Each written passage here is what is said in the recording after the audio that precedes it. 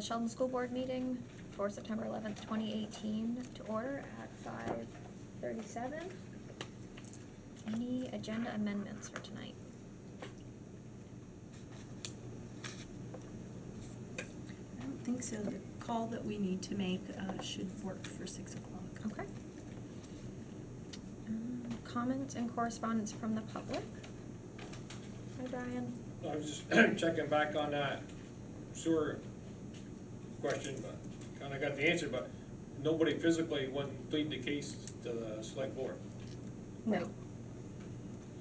And to me, it's like, are we trying to save taxpayers' money, or are we just spending taxpayers' money? No, we're always trying to save money. So why is it somebody pleading the case to the select board?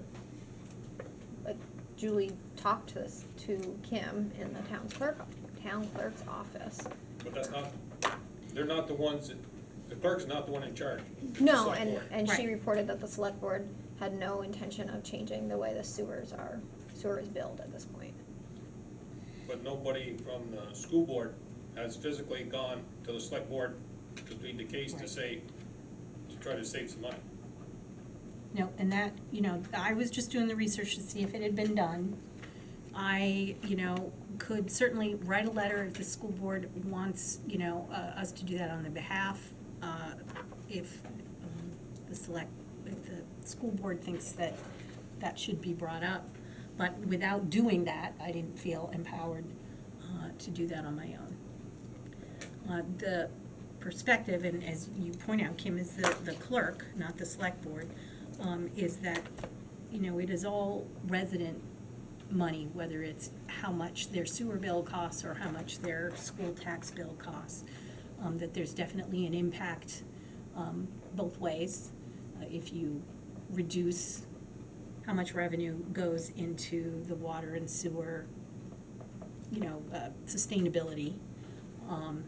And that might mean that we pay less here per month, but then ratepayers may pay more. I mean, there would need to be further study around that. So I just called her to see whether it had happened or not. I wanted to report back to you, Brian, that I did do that. It is not something that's on their current agenda. Because I don't know how much the water usage was during the summer, but you're still paying the same rate for the sewer, whether it's summer or winter, so it's like, I think it's substantially higher. And my knowledge is like, the only ones that pay for the sewer are the users. Everybody in the other parts of the town that has no effect on them. It's just the users of the system that it affects. So for me, I'm not a user, Yep. so I'm paying to use it, and I don't get no effect from it. Right, but you'll pay to use it regardless, because the school will use it. Right, but if you're overpaying, I'm overpaying for the school portion.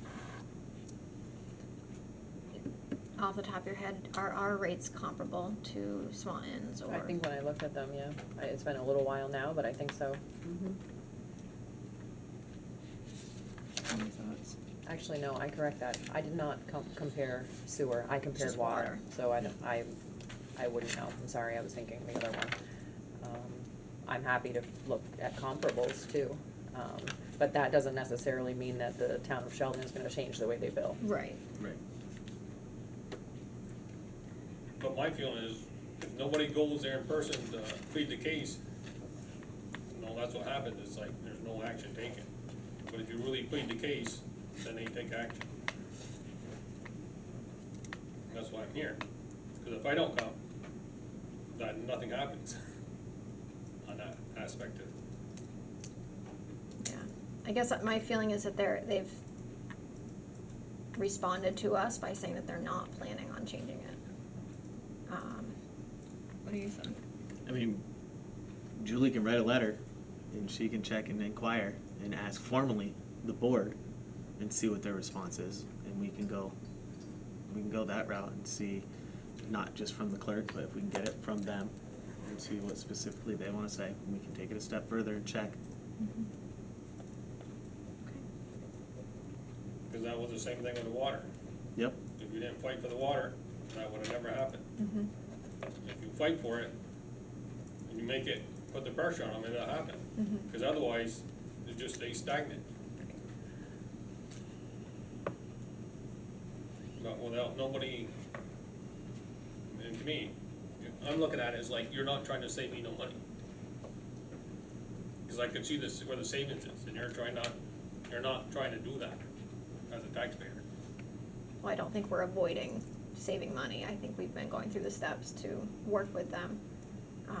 And we can definitely write a letter asking that That's fine. be examined. So I would be specific and say we'd like a response in writing, Mhm. or Yep. be more specific maybe, and Yeah. I'm happy to do that. Okay, thank you.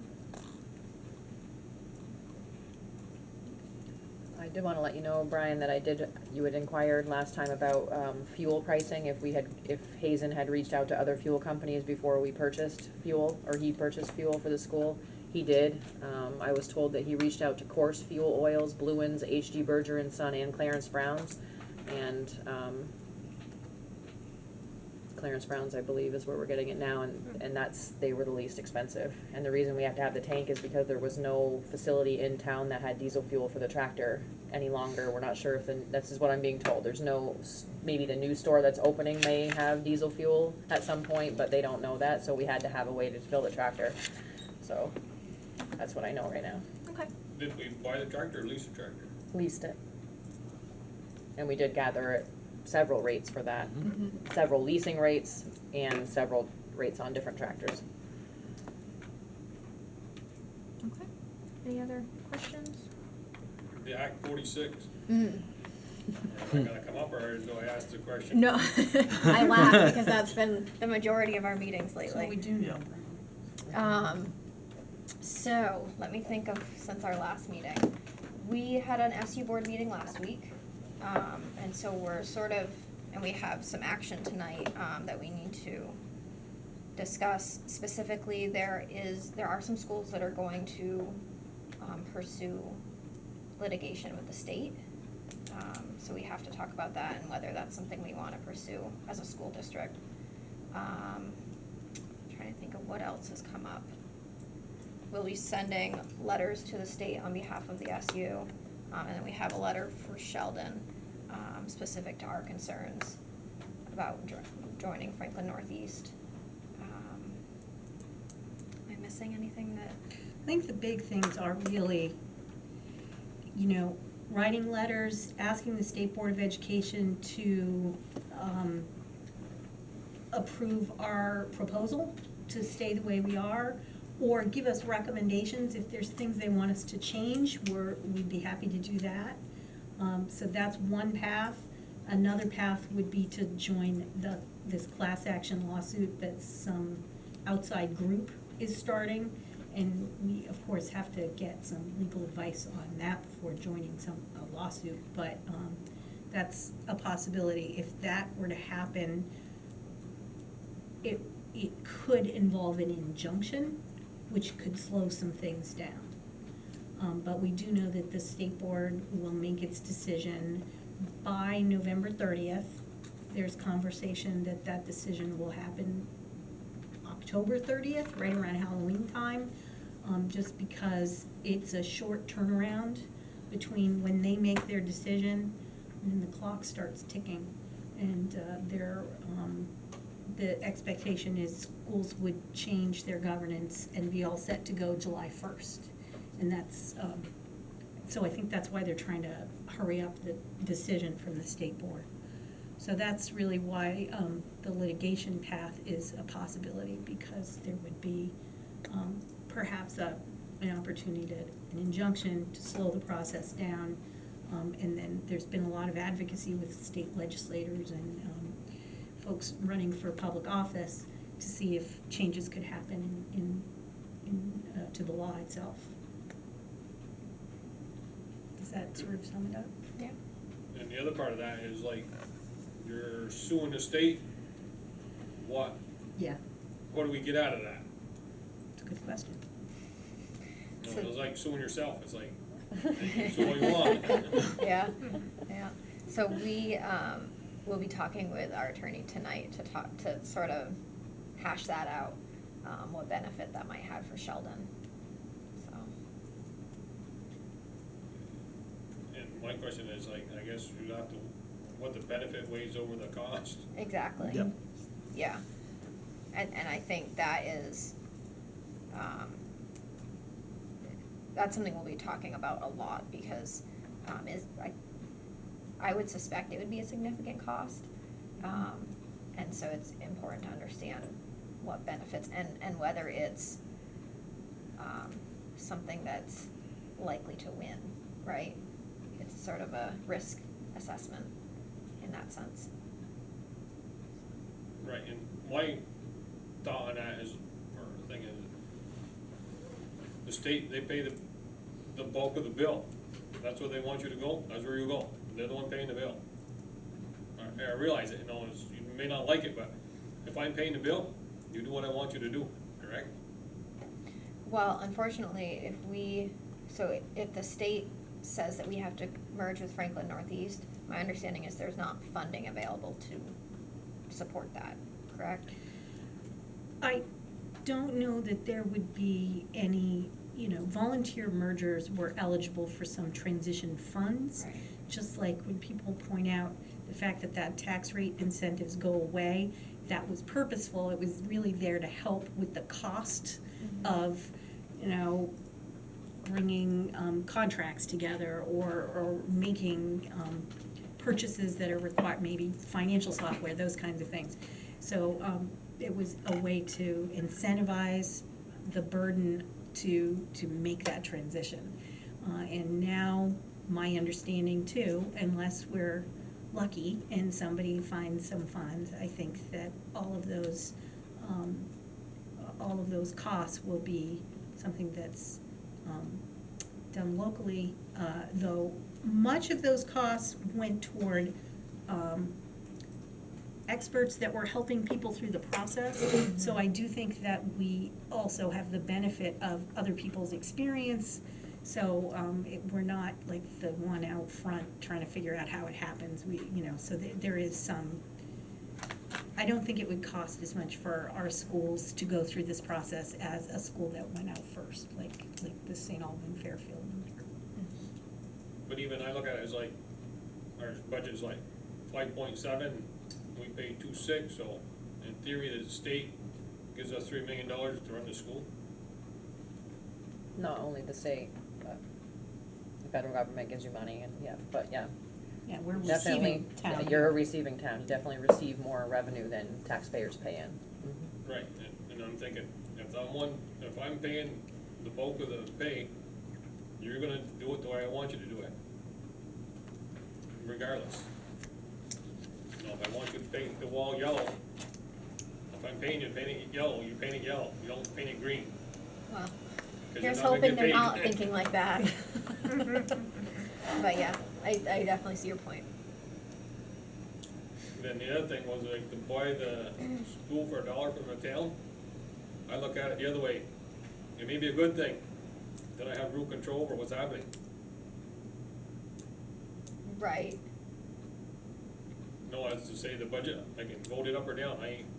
I'm not voting with anybody else. I'm just voting amongst ourselves. No. And correct me if I'm wrong, but we would still be, you would sell your assets to your town, but you would still be part of a district with other schools. And so you would still be liable for the tax that comes from that district. So I think what you're talking about is, there are towns that are selling their school assets to the town, and then also becoming independent schools. And then, in those cases, those budgets are controlled by their towns. That way there, it's all controlled by the town. Hmm? It's all controlled by the town, or are you still with another district? If you're an independent school, Well, if a community, what the community does is close its school. We don't create an independent school as a private corporation. So what a school board, and some school boards are looking at, is becoming a non-operating school district, and that means that all of their children would have school choice. So you would have actually less control because all of the places children could decide to go, and it could be a newly formed independent school, but there would still be a school board and its budget would just be tuition. I've got 300 students, it costs $15,000 a kid, that's the budget. So you have less control in an independent school. For example, you don't get to vote on that budget. So, communities are wrestling with these issues absolutely. There's a lot of financial things to consider with that as well, But because you are a receiving district. the taxpayer will still vote on the budget, right? So, an independent school, do you remember how BFA, St. Albans, used to be run with a board of trustees? And the other one, St. Johnsbury, I believe. Right. Yeah, so they have a board of trustees that create the budget, and that's not voted on by the town. You just get a bill. And then the town would pay basically the tuition for the students to go to that school. The town would vote on a budget, but there'd be no flexibility in the budget. So you'd still have, But if I vote no, we're gonna get no money. right, True. and, yeah. But there's no It works very opportunity to differently. change it. The way the revenue flows is different. It's a pretty radical approach. I think, when you talk about the assets, communities that are talking about selling their assets, just the assets piece to the town, that doesn't prevent a merger. And you could be in a situation as a taxpayer where I'm paying, say Swanton sold its assets to the town of Swanton. I'd be paying for any improvements needed in Swanton's building. And in a merged district, I'd be paying for Highgate and Franklin, anything that they need. But I wouldn't have Highgate and Franklin helping me with my school building. So it's kind of not only do you get the assets and the liabilities, but it's shared over more people, and that is the thought of where it becomes more, because it's awful tough for a community when the roof goes or you need a new wing because, the electrical is going in a building, or, things cost a lot of money to maintain buildings, and I don't know that towns are even ready for that kind of, select boards are not necessarily looking for that. I don't know. I don't want to overspeak for other people, but I know that there are a lot of things to consider. And Yeah, I just think it's an oversimplification to say Yeah. that we buy it and we go independent and we have control over it and then it's just us. I think there's a lot of other factors that go into that might be in or out of our control. And then what that leaves us on our own somewhat, which is incredibly risky. So, that's,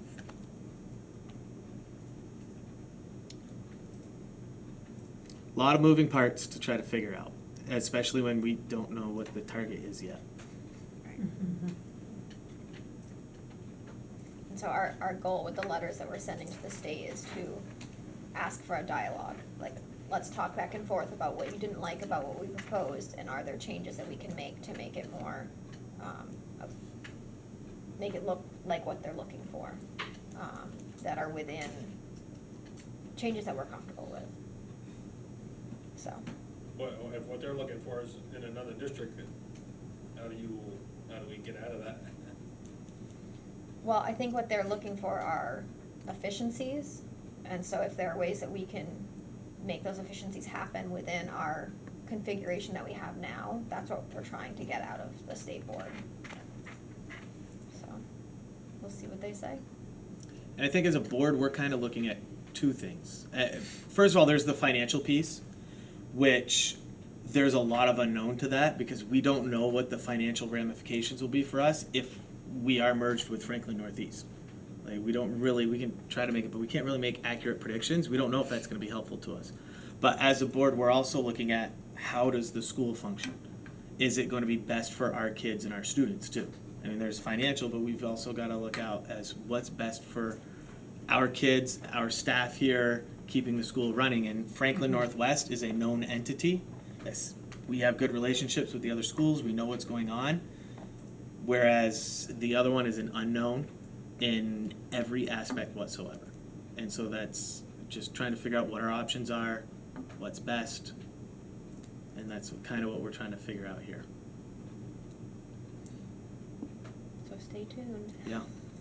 Be an interesting fall. Okay. So approval of August 14th board meeting minutes. Did you have a chance to check those out? Oh, I did a little bit.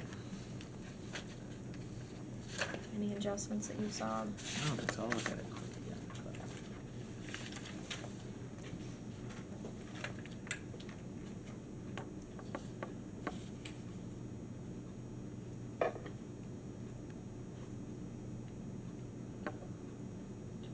I will move to approve the August 14th minutes. I will second that. Any discussion? All those in favor of approving the Sheldon board meeting minutes from 8/14/18, please say aye. Aye. Opposed? Okay. I have a question on that. Yeah. The student that was tuition, is that in or out? I ain't quite So, understand it in the minutes. so we, Made the decision not to, pay the tuition. Yeah. And the student enrolled in that school. Right, cause the thing, if it was to pay the tuition, I can ask for the student one. Cause it should somehow, some way that needs to come out in the auditing. right, but We didn't. we voted Right. not We to pay voted, the yes, tuition. we voted not to, Yeah. so. Yeah. And that is, Brian, part of why we discussed part of it in open session, so that we would be transparent about spending public dollars. Okay, business report? Okay. Do you have electronic copies?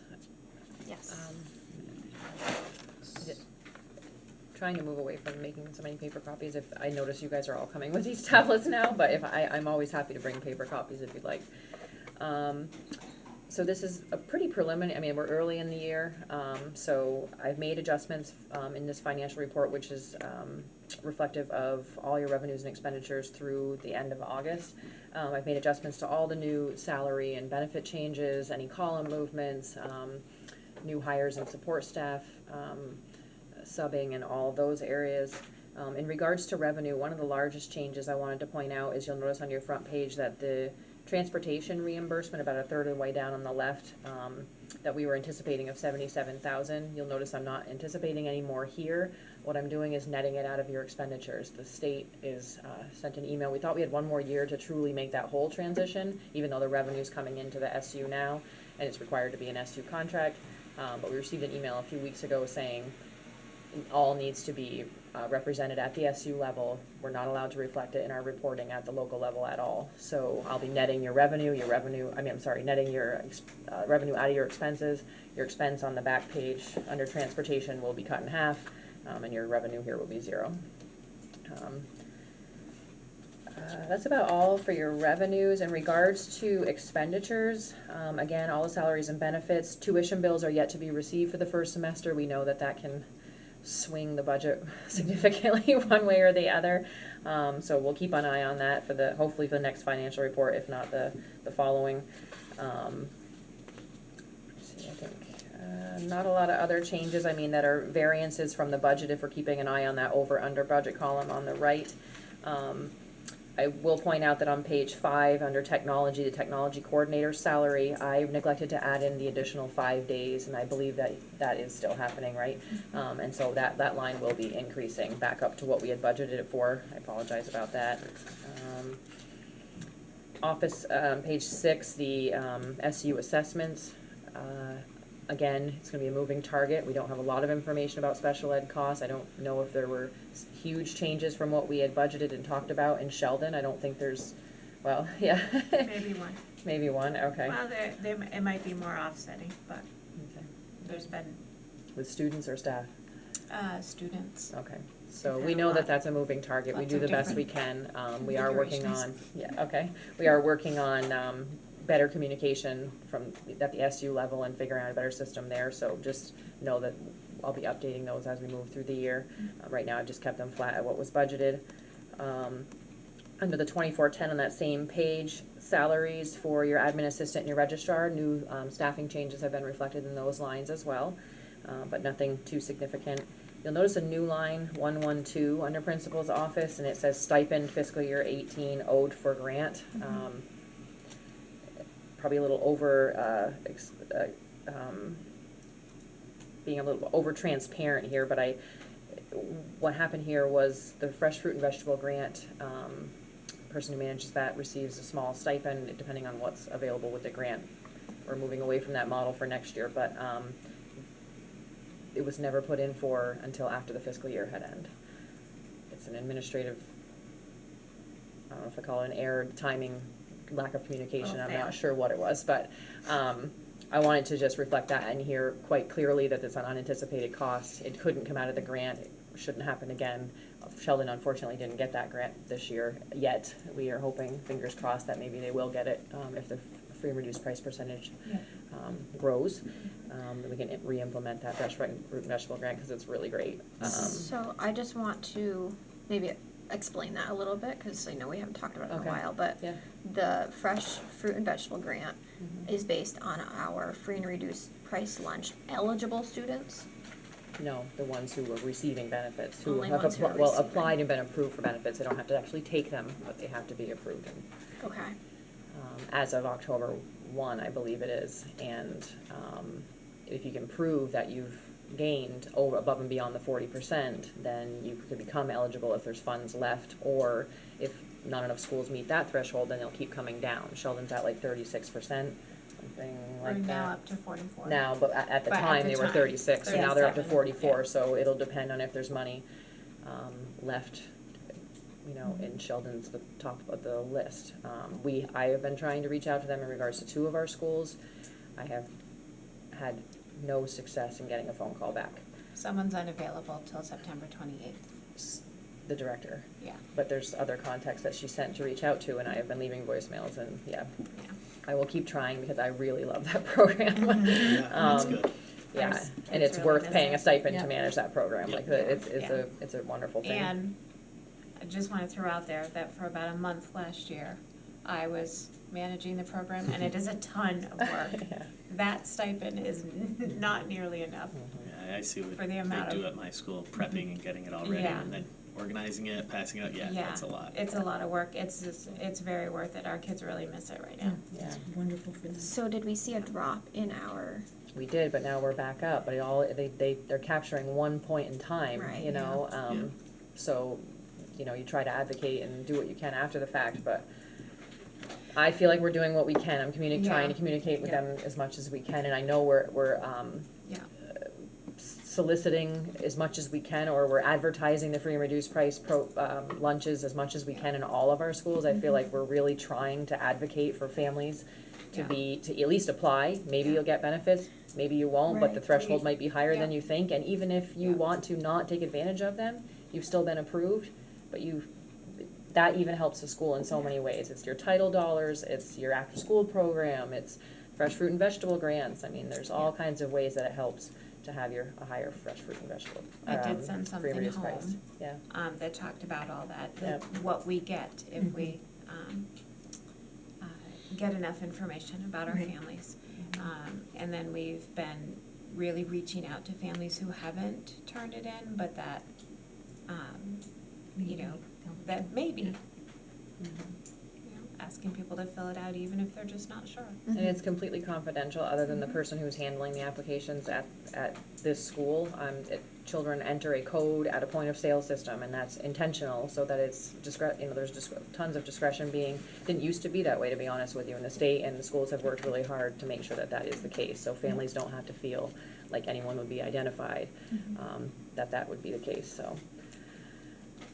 We'll keep working on it, but I did want to be transparent about that cost.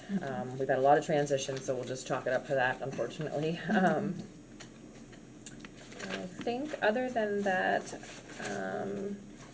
I did want to say that I did put in the match for the safety grant that you were approved for, so the match for that is about $8,300. I have added $8,300 to your plant operation contracted repair and maintenance line, which already has a significant amount of money in it, so I'm not sure if we'll truly need the additional funds, but for now, I just wanted to earmark some money for that. And I did send information out to principals today, and we can move forward with those projects. And then the tractor lease was not budgeted for. That was something that was decided after the fact, so we all know what was happening, but it wasn't budgeted for, so you'll notice that on page 7 as well, showing it overexpended. That payment is $4,251 annually for 3 years.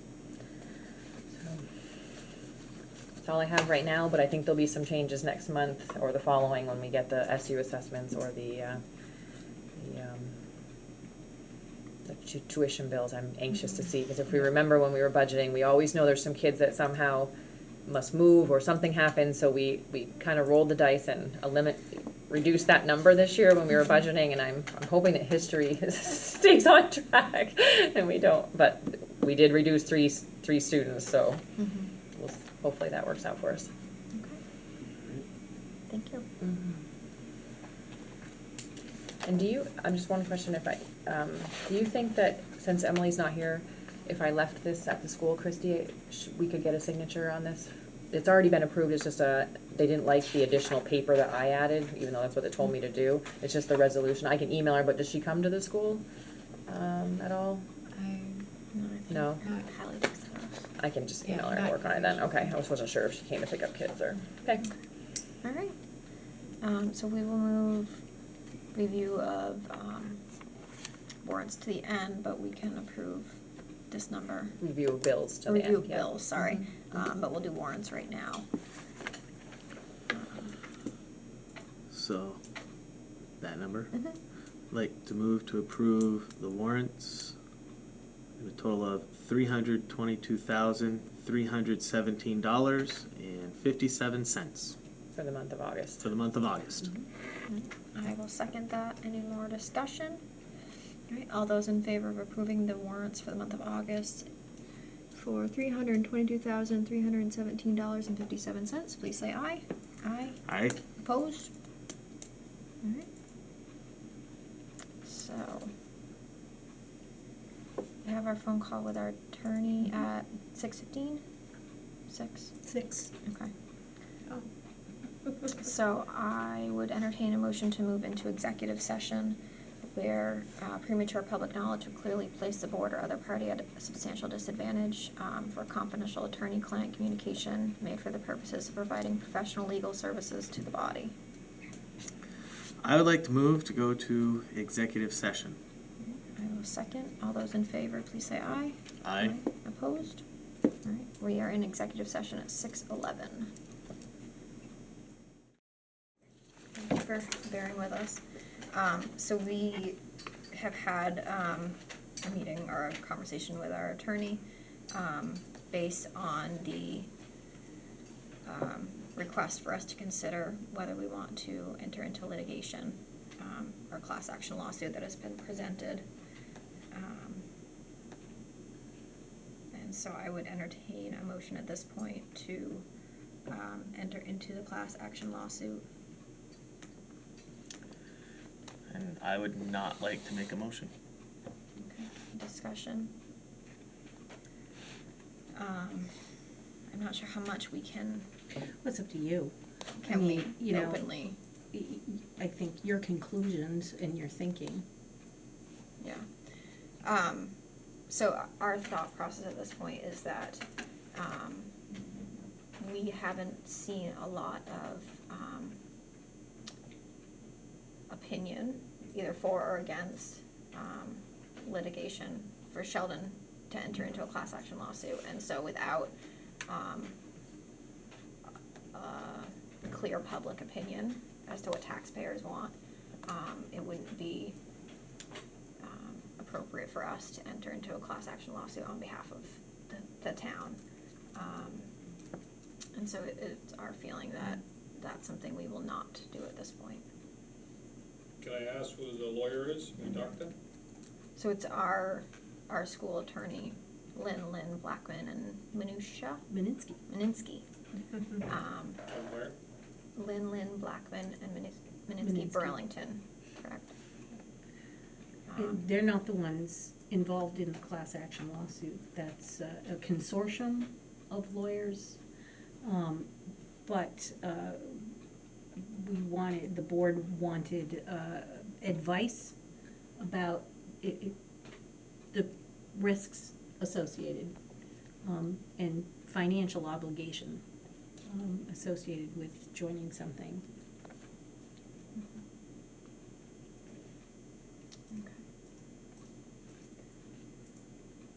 So with no motion, You do have Act 46 update. We did talk about a few things, but I don't know if you want to talk about the letter from the SU and the possibility of a letter to the state board from the Sheldon board. so we have, I'll give this to you to review, Sean. This is a letter that would come from the Sheldon board specifically. We also have a letter from the SU, which talks specifically about asking the state board to have a conversation about our AGS proposal and asking for feedback based on that and trying to get a feel for what they would like to see changed in the hopes that we could make changes that would be acceptable to the state board in order for them to accept our AGS or I guess really not to act on the secretary's recommendations. So that will come from the SU board. And then our Sheldon letter talks about, basically Sheldon-specific issues. So the arguments that we've presented that moving to Franklin Northeast, while they are a great school district, would not be in the best interest of our students at this point because it would be a huge shift in curriculum. There's a lot of unknown about what would happen to our SU level employees. And so would we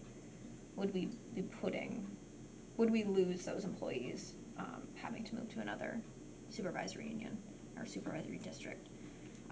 And so we will, assuming the board is okay with the Sheldon letter, we will be sending these to the state as, I would suspect this will be in addition to the testimony that both Franklin Northwest and Sheldon made. The idea was that coming out of the August meeting of the state board, some of the comments that state board members made spoke to, well, we can approve or deny the secretary's recommendations, we can approve or deny AGS Section 9 proposals from schools, but they referenced they could also approve or I don't want to use the word, ask for revisions, really, but they could approve with recommendations for change, the AGS proposals. So that was one or two board members that spoke. I don't know if that's the will of the state board, but we thought that we might jump on that and perhaps influence that final decision, and give them testimony that says, look, if you have a few particular things you'd like us to change, we're willing to do that. Give us that opportunity. They may say, no, you've had your opportunity to do something, but some members of the state board might say, well, okay, let's do that. So it's an opportunity to influence their decision. But you're saying if you do it, you would lose some of the special ed stuff? If we were to go independent, we would lose that too. Am I correct? That's possible. So that's basically the same, either way, it comes to the same scenario. Well, and I think what our uncertainty and our frustration is that the state hasn't indicated what would happen to those SU level employees, like our special educators. So when they made the recommendation for Sheldon to go to Franklin Northeast, they didn't explain what would happen. And so we're sort of in this unknown territory where that's a third of our staff if you look at SU level employees. And that would be a huge impact for staffing, for our students, and they've given us nothing to go on. My question is that, who pays them? The SU. That'd be their problem, not our problem. Well, that will be a huge problem for us because that would be, like I said, a third of our staff for Yeah, that potentially would not go to the new Right. district. And it's our staff that deals with our highest need students. Right. And so then we'd be leaving them behind. So that's why we want to stay with Northwest, because we want to keep that staff. We want to keep everything intact. And that's what we know. Whereas going to Northeast, there's a lot of unknown with who do we get to keep, what's going to happen, Right. what are they going to fund us for. It'll be a whole different financial structure. And that's why we're fighting to stay with Northwest. And that's what, I know you phrased the argument of, well, the state foots most of the bill, so they know what's best. Well, they might not know what's best for us. And we're trying to convince them and try to talk to them, you gotta look at other things just besides the money. There's a lot of kids and a lot of things here, and that's where we're kinda working both ways. It's not just as simple as they pay the bills, they make the decisions. Hopefully, it's a little more complex than that. And that's what we're talking with here, that we're also looking to, we're willing to move. Our AGS is what we promoted, but if there are some recommendations that we can live with, then we're willing to work back and forth to stay where we are.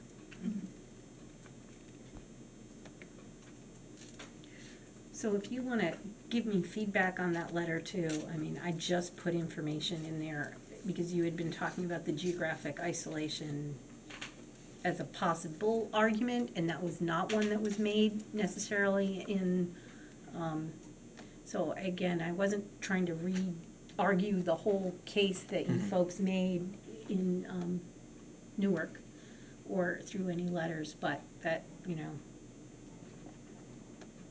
it was a draft.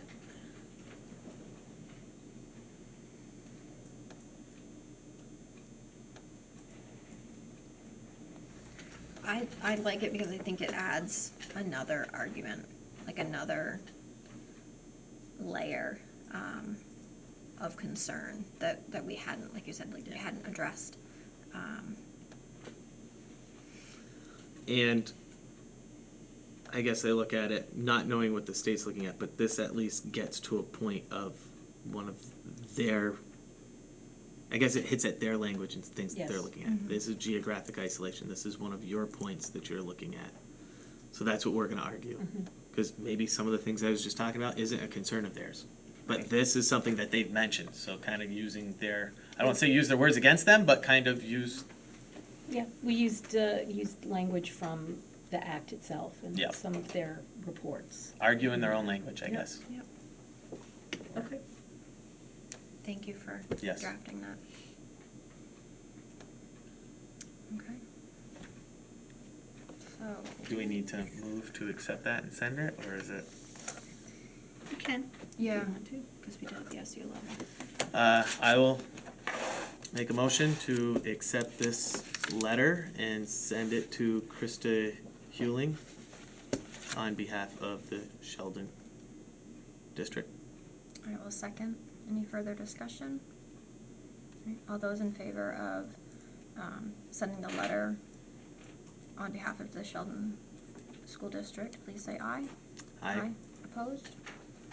Okay, thank you.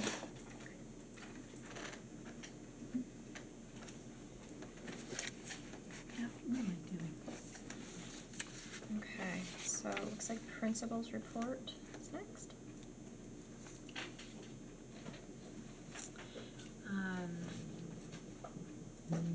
UVM is holding their Outstanding Teachers of the Year celebration on October 1st, and Ashley Lange will be honored from Sheldon.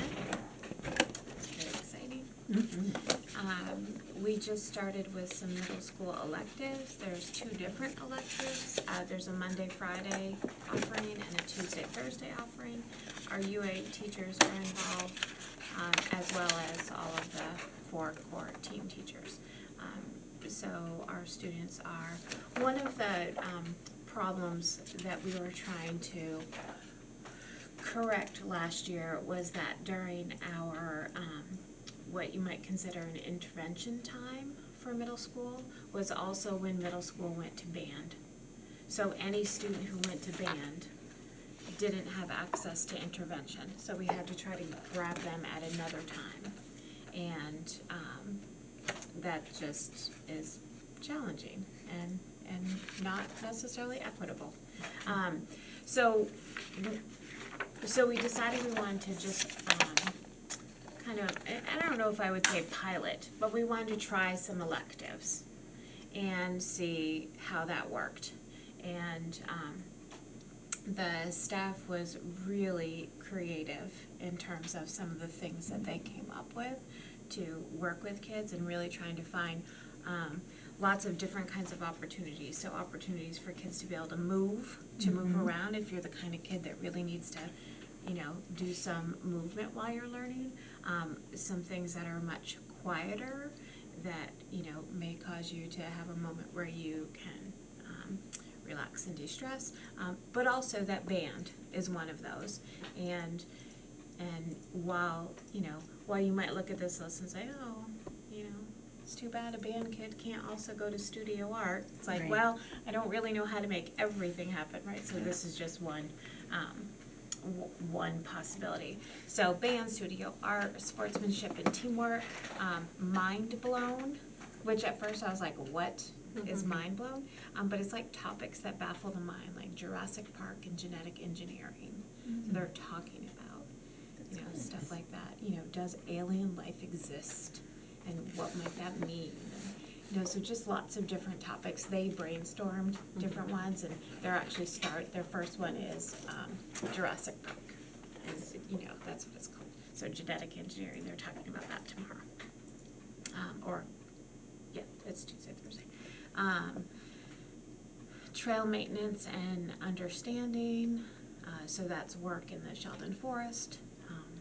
Mindfulness, so one of our teachers is doing some different de-stress kind of things, so yoga and different mindful activities. ATV safety, so it's an actual ATV safety course, and kids that are in that will get a certificate after that they went through it. Creating a story walk in the Sheldon Forest. So Lynn Loffer got a grant through Rise Vermont last year to create a story walk. And so when we found out, you know, when we decided we were gonna do the elective, she was really excited that, you know, she could have kids help her create this, and that it could be something, you know, that kids really wanted to do.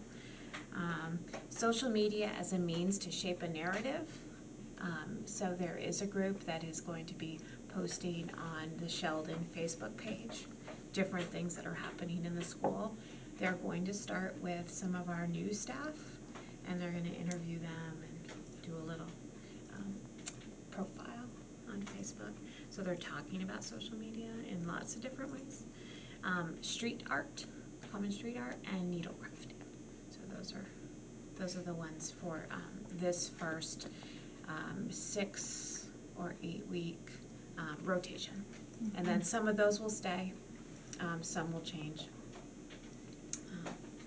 We also have a club. We have a period on Thursdays where clubs will meet, because that was always a struggle. And we're gonna have 5 different clubs, and every student has to join a club. So they have to pick one of them. And so there's the VCAT group, there's student council, leadership group, and then there's a forest committee group. I'm gonna forget them, can't remember. Maybe I'll come back, but there's 2 other ones, I just can't remember them. I just shared a little bit about our learning community. We are going to, once a month, do a version of what's called Ed Camp. And we're playing off that a little. It's not really the strict Ed Camp definition, but teachers will have the opportunity to sign up for a short session on a particular topic. So we may have 3, 4, 5 different topics, and they'll, be able to choose the one they want to. So we're doing this tomorrow. We're all meeting for 10 minutes for a self-care check-in. We do a standing meeting. Usually we go, we ask a question or 2 and go around the room. And then there's 2 offerings, 3:10 to 3:35 and 3:35 to 4. So these topics were collected at the end of in-service through an exit card. So we asked people, what else do you want? So we did in-service, we designed it, these are the initiatives we have going. This is the PD that we're going to do this year, but is there some little thing? You know, is there something you would like to discuss? Or is there an ongoing topic that a small group of people would like to continue to discuss? And it's not gonna be a whole school thing, but, you know, what would be good for you? What would you like to have? And, the other thing we're doing with this time is if people go to a conference or a workshop, we're asking them to present during the ed camp. What were your takeaways? You know, and in 20 minutes, you can probably just, you know, you're not gonna recreate the workshop, but what were the one or two things that really stuck with you that could be helpful to other people? So we have Google Drive, right? The more and more we use Google, the crazier our Google Drives become. So what are some ways we can organize those? How can you find things more quickly? I think Yeshua might have thought that up because sometimes I'm like, I can't find anything in my Drive. Math Habits of Mind, PBIS in the classroom, and professional reading. And, you know, the people who signed up for professional reading were like, you mean we're gonna have 20 minutes, 15 to just sit and read something, then we're gonna talk about it for a few minutes? You know, what a gift, right? So it could be just an article, so it's just, and then, you know, they sign up for a different one in the next 20 minutes. So, Nice. just something a little bit different. And we do a lot of really targeted professional learning for the whole group. And sometimes I know that it feels like maybe we don't differentiate enough for people who just kind of want something a little bit different and who are really interested in maybe place-based learning or how we could use the forest to supplement some of our curriculum, you know, just different things. So we'll add those in throughout the year. The bus has kind of settled down. There was a bit of controversy at the beginning of the year because we had a substitute driver and then a brand new driver, and neither one necessarily really knew their routes. So there were lots of kids that didn't get picked up, lots of timing issues. You know, it was not, I got a lot of phone calls, the bus company got a lot of phone calls. I know it was stressful for parents, and, you know, we hoped it wouldn't be that way, but I think things have settled down. The regular driver's back. The new driver, you know, we put a couple people on the bus to help her kind of learn her route a little bit better. She's an experienced driver, she's just not a Sheldon driver, so. We also switched one road, the Sweet Hollow Road, to a different bus because the one Chicky was picking up Sweet Hollow and her bus was a little bit crowded, and MJ had more room. Yeah. And so timing wise, it was gonna be the same for those kids. It wouldn't change anything for the kids other than just it was gonna be a different bus driver. So that's worked well. We do have one paraeducator who's going to ride a bus. She's actually gonna split her time between two different buses. We've had a couple parents who have said maybe that they could volunteer on certain days of the week. We haven't reached out to them yet to formalize that. Right now, things are going well. I rode the bus last week, so I think we're okay there. If we do end up with parent volunteers, I would really like to do it is my plan to do a training, kind of an orientation, right? This is, you know, here's what the expectations are, these are the kinds of things we would hope that you would do as a volunteer, and these are the ways that we can support you. So we won't just put a parent on the bus and say, good luck. You know, we will do some work around that first. We have touched base with a contractor who will do the work on the classroom doors in K4. He's not gonna be able to do it till our winter break. It's not the kind of work that can be done when kids are in the building, and I don't know why they don't work nights and weekends, but they don't. So we'll do that over the break. And maybe it'll take both, I'm not sure. He thinks he could get it all done during break. If not, then it'll be, half winter break and half February break. Yeah, so. Yeah. And then I just did some current demographics for you to take a look at. There's actually a few, so I believe we got as close as we could to the correct number. I didn't realize this was gonna be so hard. There were some discrepancies between what was in Power School, and then what was on rosters, and so, it was very confusing to me why we couldn't come up with the exact same number every time.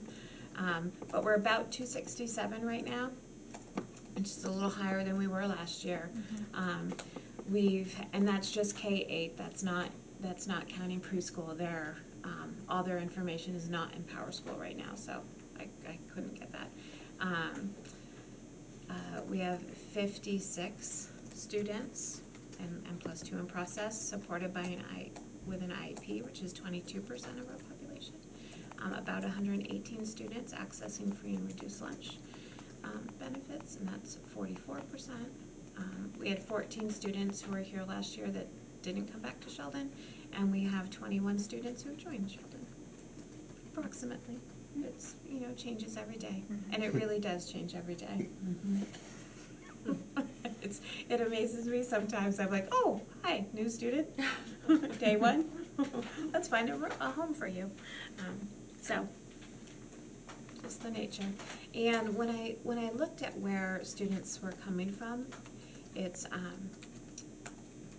about a third of those students are from within our SU, but the rest of them aren't.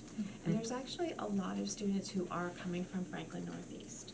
So we had a lot of students coming from, well, not a lot, but we had a number of students coming from Richford, Enosburg area, and then some from out of, a little further away and out of the state.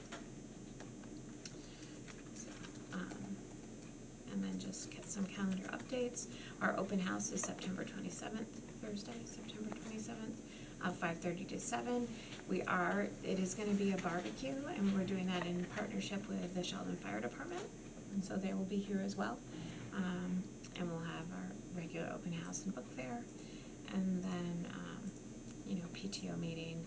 And October 11th is our school picture day.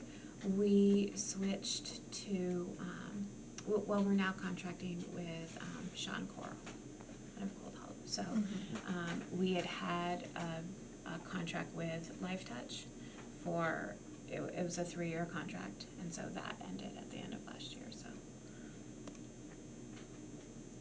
Feel good about doing business a little bit more locally.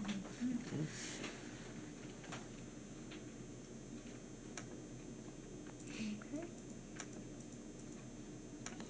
On to the superintendent's report.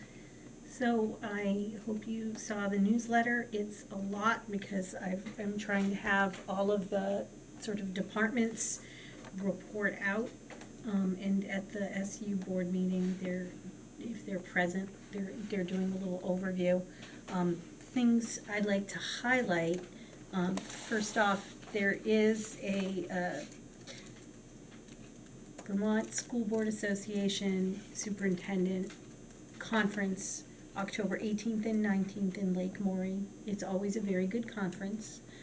If any board members are interested in attending, you just let Pierrette know, and she takes care of registration. The school, usually not, I think it would be a big budget impact if everybody went, but usually we get 1 or 2 folks. But it is a good conference this year. There's keynotes, Caroline Hill and Paul Reville, talking about equity, but also a lot of Vermont leaders sharing best practices around restorative justice and inclusive culture and working with building resilient schools when you have large numbers of children experiencing trauma. So, I find that conference to be one of the better ones that's put on, but most board members have day jobs, and, that's not always possible, but I did wanna make sure that folks knew about it. I also want to point out the technology update. I sent an email out to all board members that our website was down. That was, an unexpected thing to happen. We had some technical issues and some changes in staff that created, something that was going to be planned for, which was we were going to migrate to a new platform that would be easier to update, and would look more professional. And then it just sort of fell apart, so we had to just do it quickly. And I just want to thank Robert and not Rusty in Swanton, who's very good with web work.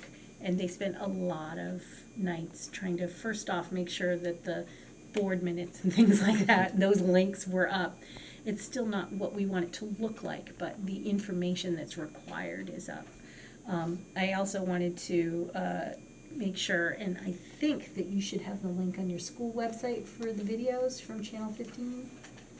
If they're not up, Yeshua should be putting them up. We struggled to get the links from Northwest Public Access, and but they are up on the SU website, and they should be, if they're not up now, they should be getting up, so that people should be able to watch these board members on their local school website. And I guess I would end with just sort of all of the curriculum work that's been happening. Kosha, I asked for a little paragraph, and she's like, I sent you 3 pages. Like, that's okay. We can put it in there. There has been just thinking about the math work that's happened across all of the schools, the social emotional curriculum work that's happening. I mean, nobody is doing one particular approach, but whether it's restorative practice or building resilient schools, collaborative problem solving, further PBIS work, it's every school had work happening to address the social emotional learning needs of our kids. And I thought that was really important to highlight. And you will be getting more information on our integrated field review work. As part of how schools are going to be assessed by the Agency of Ed, instead of just your SBAC scores, we are also having a qualitative review process where we're looking at how well schools are implementing the educational quality standards. So they're going to be looking at artifacts. And the first thing we had to do is identify a team of 2 folks from each school, and from central office, I'll be attending, Kosha will be attending. We're going to be trained, and then we will be deployed out to other schools, and groups of us will be going to Milton or Franklin Northeast or Maple Run. There's a group of schools. We'll all be together. We'll have artifacts to look at. We'll have an online survey to put in information, and then the state will take all of that qualitative data that we give and then give schools a list of commendations and recommendations. So we will be visited by a team on October 25th. And I don't know much more than that, except Kosha is heading it up and had to work hard to submit artifacts from all of our schools. So thank you to all the principals for getting her those artifacts, so that we could really show off the things that are happening in our schools. That's our opportunity. I am on the team. And you're on the team, so we're really glad to have you. We'll have fun. If you have any other questions, I'm happy to answer them. Good right now, I think. Okay. So, we have our future board meetings. So we have a Sheldon Bond discussion, September 26th at 5 o'clock, but I heard maybe we need to reschedule. Is there a conflict with that date? Well, it's a personal conflict, but it's senior night for my daughter, so I will not be here that night. I apologize, but I'm not willing to Mm-hmm. Missed that. Don't Yep. blame me. Yep. Those are things you have to do. So, I just found that out last week. I'm gonna pull. I don't. What are your thoughts on that at this point? Are you feeling like, Was Hazen going to be able to join us for that meeting now? I- Because I know that was Yeah, it questionable was- too, and I really wanna make sure Um, he was gonna be there too. He will still be out at that time, but he Okay. was planning, he To was attend planning to that. come if If we that had was it. the date, Yes. right. So he would be here. I unplugged so everybody wouldn't see my calendar. I have a conflict. I already shared that I would not be able to go. So if you wanted to move it, that's great. If you don't, I already committed to not going. So, if you wanna consider shifting it, what, we were doing a Tuesday, We were doing a Wednesday. a Wednesday? Yeah, because Tuesday is Franklin's Right, special informational vote. meeting. You could move it into, you could move it into October. Your next regular board meeting is the 9th.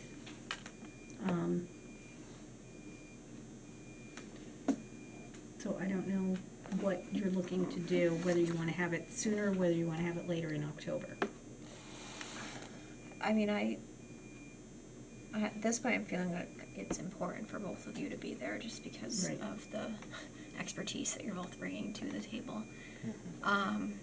And I apologize, I know we've rescheduled this No. already, so I'm sorry for that. Life happens. When does Hazen come back? Do you have a better idea?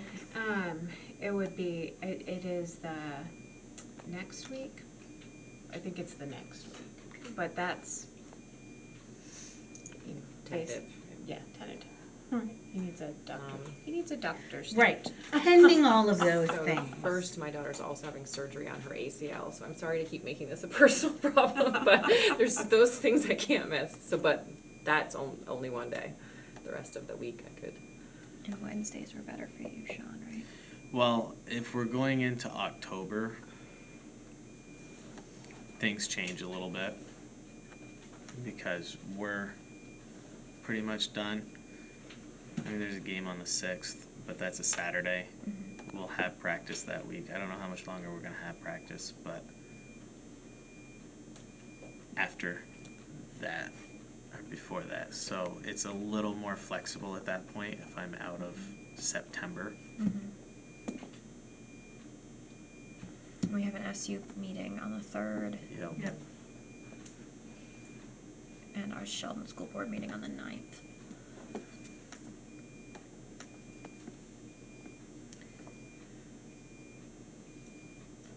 So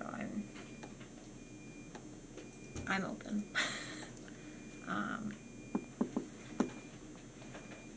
If you're not looking for a Wednesday, I mean, you could have your Sheldon 9th meeting start earlier and have less on your agenda, so you could do something like that. I'm at a federal. Oh, you're out of federal grant fiscal management grant, thing. but that's done at 3:15, so I can get back by 4:15. So that's a possibility, to have a long meeting. You could do the next day on the 10th. Highgate is on the 11th. So do you wanna do something long on the 9th? Or the 9th and the 10th? One night or 2 nights in a row? I'm trying to anticipate what we might have on the agenda for the 9th. Right. Right. Because that's one of the options, is that you make that meeting focused on this topic, and you don't have other items except what you need to, warrants or whatever. And you make that basically the agenda. That's a possibility. It's silly how many meetings there are.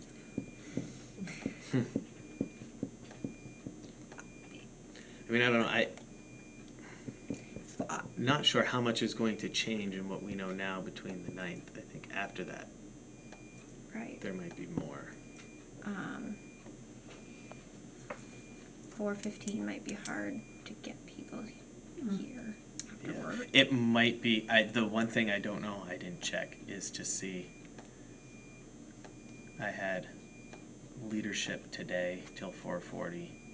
Mm, I don't know if we scheduled when our next one is, which would be right.